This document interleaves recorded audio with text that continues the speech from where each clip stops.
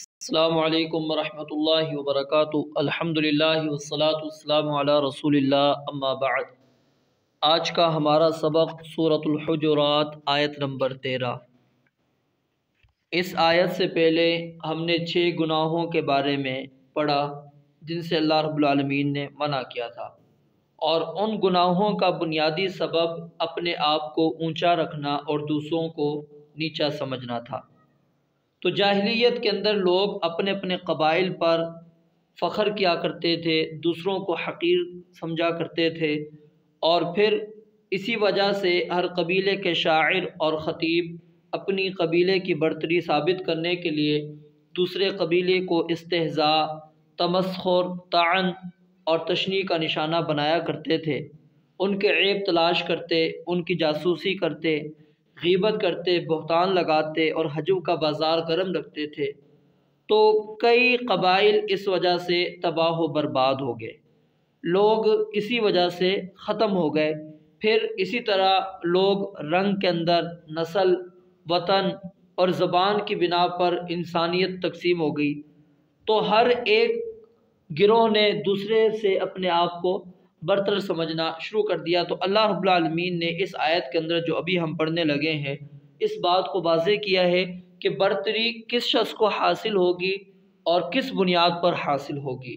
اور پیچھے ہم نے جو آیات پڑھی تھی ان میں 5 آیات ہم نے ایسی پڑھی تھی کہ جس کے ساتھ یا ایھا الذین آمنو کے ساتھ اللہ نے خطاب کیا تھا۔ اب یہاں پر اللہ رب العالمین تمام انسانوں کو مخاطب ہیں اور کیا کر رہے ہیں کہ یا ایھا الناس، یا ایھا الناس، پوری انسانیت کو اللہ خطاب کر رہے ہیں۔ فرمایا کہ یا ایھا الناس، اے لوگو، انا، بے شک ہم نے، انا، بے شک ہم نے، خلقناکم، خلقناکم، یہ 3 ہیں۔ خلق معنی پیدا، نون کھڑی زبر نا، اس کا ترجمہ ہم، اور کم معنی تم۔ خلقناکم، تمہیں پیدا کیا ہم نے، انا خلقناکم، بے شک ہم ہی نے تمہیں پیدا کیا، انا خلقناکم، بے شک ہم ہی نے تمہیں پیدا کیا۔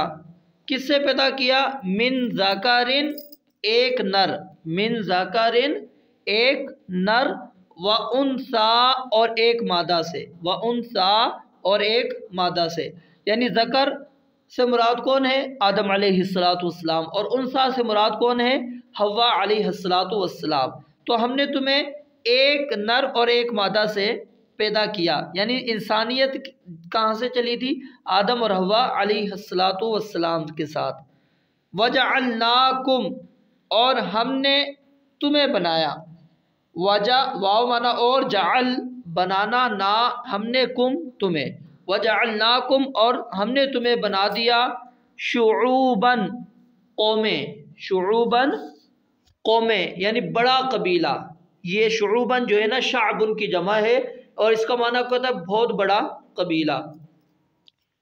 وقبائل، اور قبیلے، وقبائل، اور قبیلے۔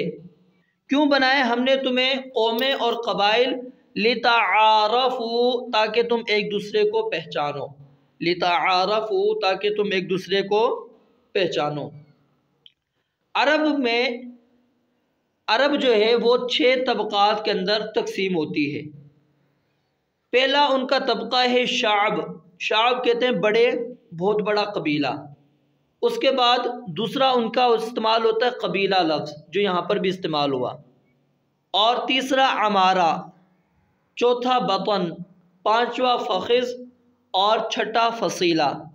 اب جو شعب ہوتا ہے نا، اس شعب کے اندر کئی قبائل ہوتے ہیں، اور قبیلے کے اندر پھر کئی عمائر ہوتے ہیں، اور پھر عمارہ میں کئی بطون، اور بطن میں کئی افخاذ، اور فخذ میں کئی فصائل ہوتے ہیں۔ تو اس لحاظ سے عرب میں جو خزیمہ ہے وہ شعب کہلائے گا۔ وہ کیا کہلائے گا؟ شعب، یعنی بہت بڑا قبیلہ۔ اور پھر کنانہ، یہ قبیلہ کہلائے گا، اور قریش عمارہ کہلائے گا، اور قصی یہ بطن کہلائے گا، ہاشم یہ فخذ ران سے، اور عباس یہ فصیلہ ہیں۔ تو بعض اوقات ان میں سے ایک لفظ دوسری کی جگہ پر بھی استعمال ہو جاتا ہے، اور شعب کا ایک معنی شاخ بھی ہوتا ہے، کیونکہ اس سے قبائل آگے بنتے ہیں، قبائل کی شاخیں نکلتی ہیں۔ تو قرآن مجید کے اندر ان 6 طبقات میں سے 3 طبقات کا تذکرہ ملتا ہے، 2 اس آیت میں آگے، ایک شعوب اور دوسرے قبائل، اور تیسرا سورہ المعارج آیت نمبر 13 کے اندر وَفَصِيلَتِهِ الَّتِي تُؤْوِي، یہ 3 الفاظ ہمیں قرآن مجید کے اندر ملتے ہیں۔ تو اللہ رب العالمین نے فرمایا کہ ہم نے تمہیں قومیں اور قبائل بنا دیا، کیوں؟ لِتَعَارَفُوا، تاکہ تم ایک دوسرے کو پہچان سکو، تمہارا تعارف ہو جائے۔ اِنَّا، بے شک اکرمکم، تم میں سب سے زیادہ عزت والا، اِنَّا، بے شک اکرمکم، تم میں سب سے عزت والا، عند اللہ، اللہ تعالیٰ کے نزدیک، عند اللہ، اللہ تعالیٰ کے نزدیک، اتقاکم، تم میں سب سے زیادہ تقوی والا، اتقاکم، کم معنی تم ہو گیا، اور اتقا تم میں سب سے زیادہ تقوی والا، ان اللہ، بے شک اللہ تعالیٰ، علیم، سب کچھ جاننے والا، خبیر، پوری طرح خبر رکھنے والا ہے۔ یعنی اس آیت کے اندر اللہ رب العالمین نے یہ واضح کر دیا کہ اے لوگو، ہم نے تمہیں ایک مرد اور ایک عورت سے پیدا کیا، یعنی تمہاری اگر اصل دیکھو تو تم سب ایک ہی ہو، مختلف نہیں ہو۔ اب یہ جو قومیں ہیں، یہ زبانیں ہیں، یا یہ وطن ہو گئے، یہ تقسیمیں ہو گئی ہیں، یہ صرف تعارف کے لیے ہے، اور اس کو صرف تعارف ہی کے لیے ہمیں رکھنا چاہیے۔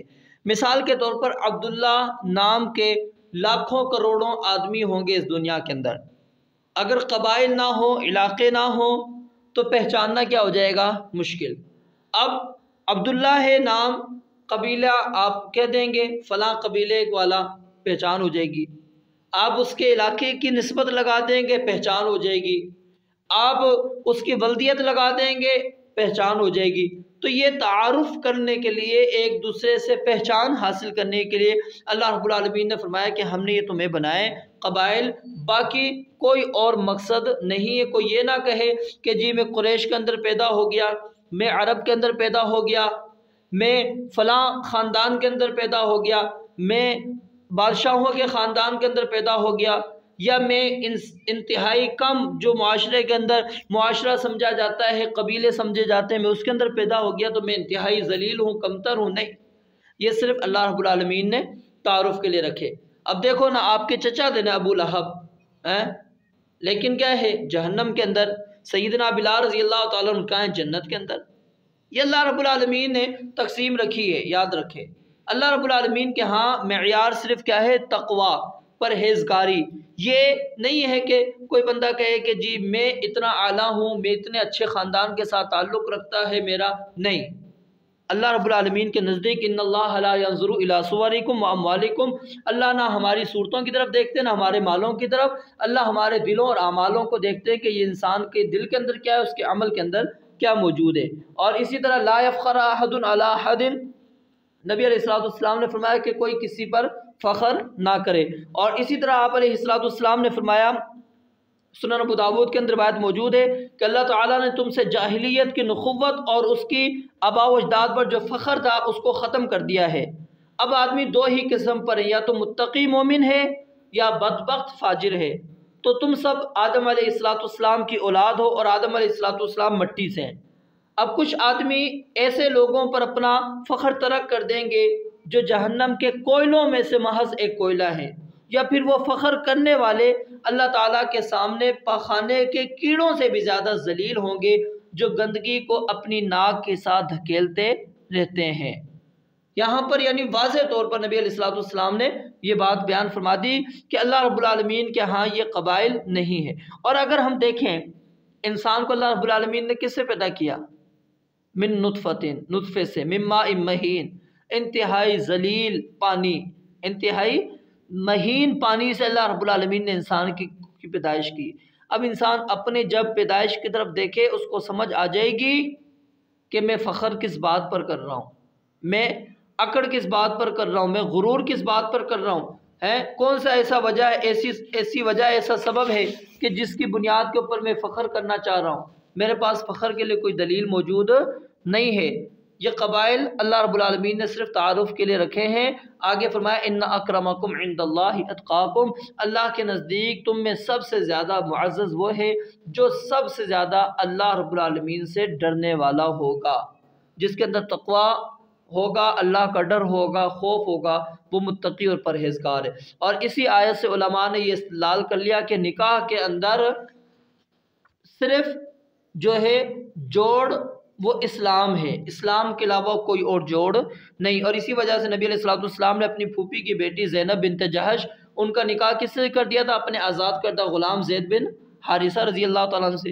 اب جو ہمارے ہاں یہ مشہور ہے کہ جی سید لڑکی کا نکاح غیر سید کے اندر نہیں ہو سکتا، تو یہ بات درست نہیں ہے۔ تو سید ہو یا غیر سید اس میں کچھ نہیں، صرف دین کو معیار دیکھنا چاہیے اور اس کے مطابق رشتے کرنے چاہیے۔ اللہ رب العالمین سے دعا ہے رب العالمین سمجھنے اور عمل کرنے کی توفیق عطا فرمائے۔ وآخر دعوانا ان الحمد للہ رب العالمین۔